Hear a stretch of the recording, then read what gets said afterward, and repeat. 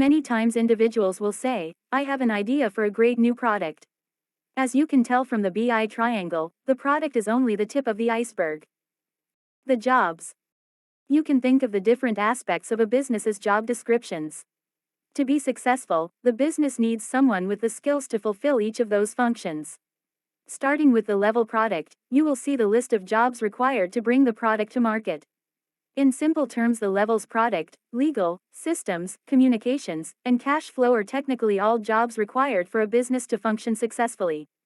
If one or more of these jobs are not being done, or are being done poorly, the business will struggle and often will fail. When my poor dad's ice cream business began to fail, it was not because it was not selling a good ice cream product. In fact, it was a great ice cream product. In my opinion, the reason the business failed was that my dad was not a good sales or marketing person.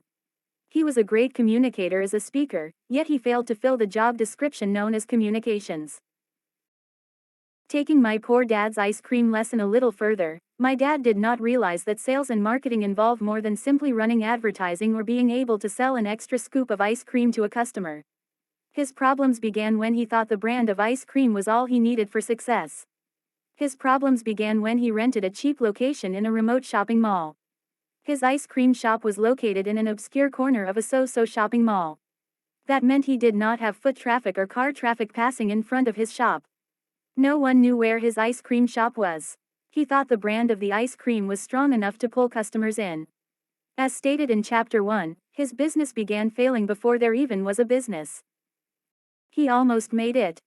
In retrospect, he did well when it came to choosing a good product.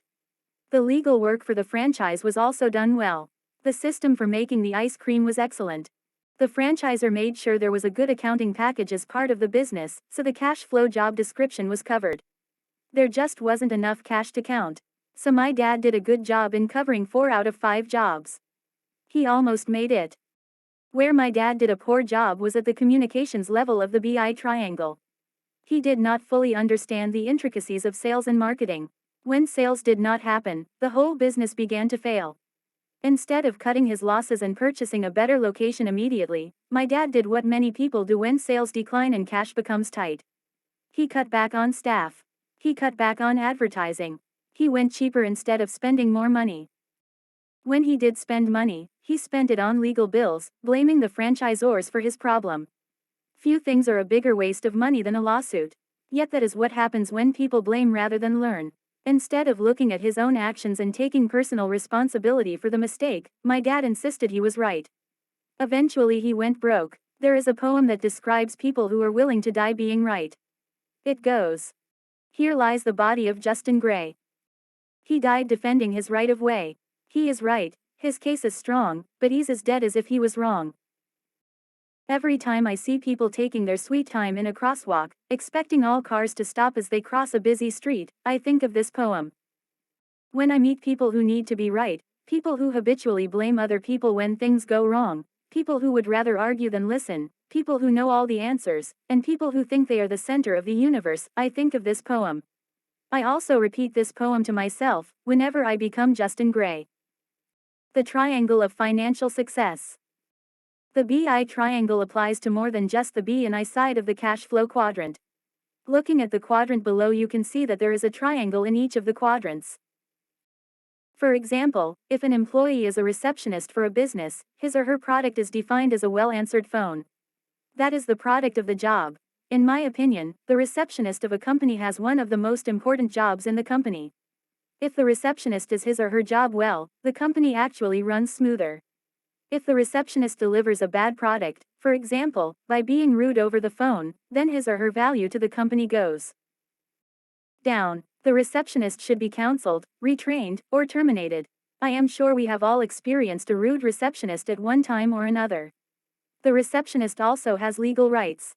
If the company violates those rights, the receptionist can take action. The receptionist is an essential part of the entire business system. At home, the receptionist may be the leader of a system known as a home and a family. If life at home is happy, then the chances are the receptionist does a better job at work. If the systems at home are breaking down, such as no heat, no water, leaky roof, problem family members, the failing systems at home may affect the systems at work. Since the receptionist is an integral link in the communication system of a business, if he or she has poor communication skills, once again the entire business system suffers. Retraining or removal is essential. If the receptionist has loving communications at home, this reflects in the receptionist's life. If communications at home are abusive, it can greatly affect the job performance of the receptionist. Managing cash flow at home is very important. If the receptionist spends too much money, this not only affects life at home but may also affect the receptionist's attitude at work. The number one reason for arguments in a marriage is money. Sadly, many divorces are caused by problems in the cash flow of the family. An entrepreneur's homework. Before quitting his or her job, the entrepreneur should do his or her homework. That means making sure that the 5 jobs of the cash flow quadrant for his or her new business are covered. 1. Product. 2. Legal. 3. Systems. 4. Communications. 5. Cash flow. If the entrepreneur is weak in covering just one of the 5 jobs, the business may fail or struggle financially, or fail to grow. That is why the lesson in Chapter 1 is, a successful business is created before there is a business. A simple checklist. A business is far more complex than this overly simplified list of 5 jobs. Nonetheless, this simple list has served well over the years. I often use these 5 jobs as a checklist.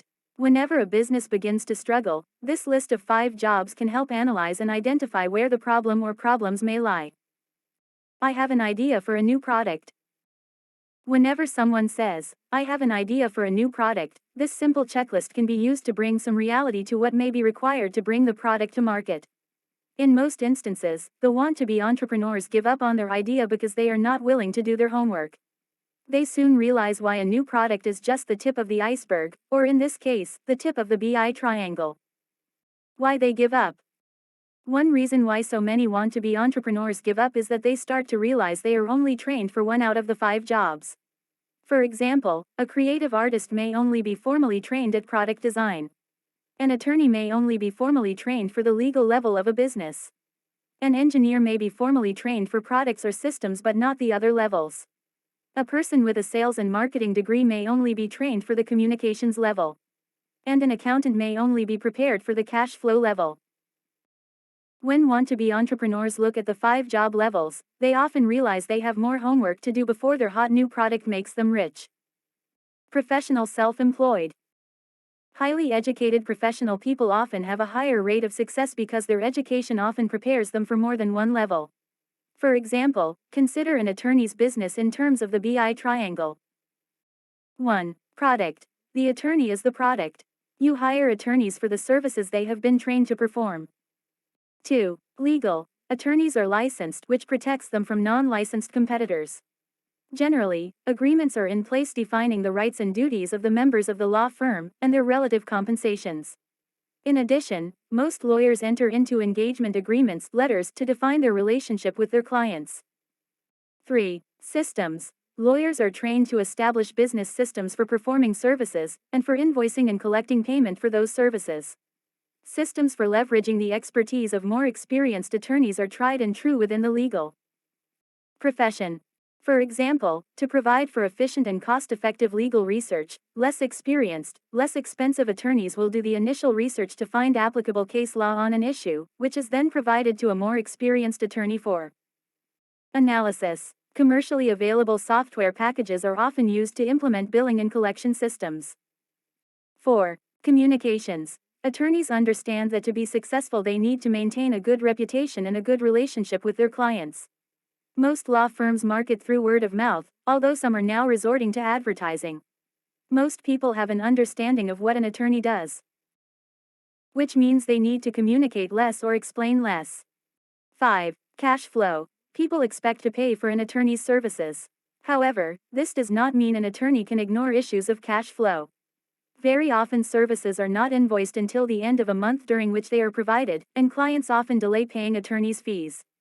It is not uncommon for 90 or 120 days to pass from the time an invoice for services is sent out before receipt of payment. In the meantime, the attorney's payroll must be met and bills paid. Again, this is oversimplified. Yet it does explain why people such as attorneys, accountants, medical doctors, dentists, plumbers, electricians, truck drivers, cab drivers, and babysitters may have an easier time setting up a business. There is a market in need of their services and willing to pay for their services. For professionals such as schoolteachers and social workers, the road to becoming highly paid self-employed entrepreneurs may be a little tougher. It can be done, yet it is a sad reality that someone will be more likely to hire and pay money for the services of a self-employed attorney than a self-employed schoolteacher. One reason why highly educated people such as my poor dad, a schoolteacher, suffer as entrepreneurs is that their professional education does not prepare them for multiple levels of the BI triangle. Many people such as firemen, nurses, librarians, or secretaries are trained to perform essential services but not the services required by the 5 job levels of a business. Before they quit their job, I strongly recommend they do their homework. You do not have to be first to win. Many people think Thomas Edison was the first person to invent the electric light bulb and being first helped him found General Electric. The facts are he was not first. The records show that he was actually 23rd on the list of people who invented working light bulbs. So why does history recognize Edison as the inventor and why did his company become the biggest in the world? The answer is found once again in the BI triangle, his life, and the 5 job levels of a business. 1. Edison was born in 1847. 2. From 12 to 15, he works on the railroad selling snacks and printing his own newspaper. 3. From 15 to 22, he works for the telegraph company. 4. In 1869, at age 22, he receives his first patent. 5. In 1876, he constructs his own laboratory in New Jersey. 6. In 1878, he invents tinfoil phonograph. 7. In 1879, he invents electric light. 8. In 1882, he installs complete electrical system in New York City. Raising money, communications. You may notice that instead of attending school, from the age of 12 to 15, Edison worked in sales. He would go up and down the train selling candies and a newspaper he printed. He was working on the communications job level. When first left the Marine Corps, in 1974, my rich dad said, "You must get a job in sales. Being able to sell is the basic skill of all entrepreneurs." In 1974 I went to work for the Xerox Corporation and suffered for 2 years because I was shy and I hated rejection.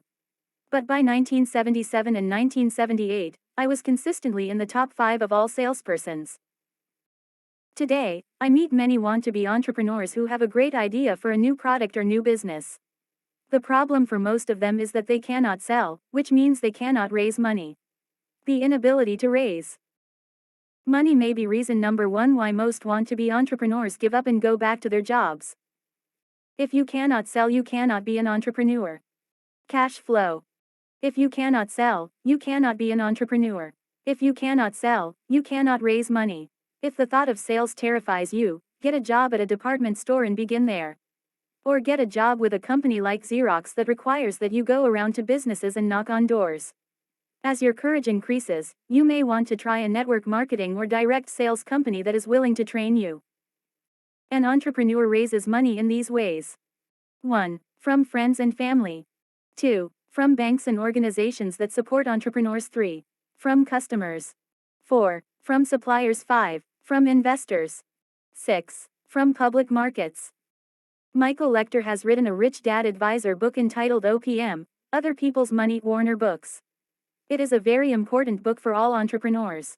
It covers each of these various ways to raise the needed capital for your business. In other books I have read about Edison, they say his ability to sell allowed him to have a constant stream of venture capital flowing into his projects. They say he was ahead of his time in understanding and integrating the concepts of self-promotion. His ability to self-promote is one of the reasons he was given credit for having been the first to invent the electric light bulb, when he was in reality number 23. Who owns the company? Typically the person who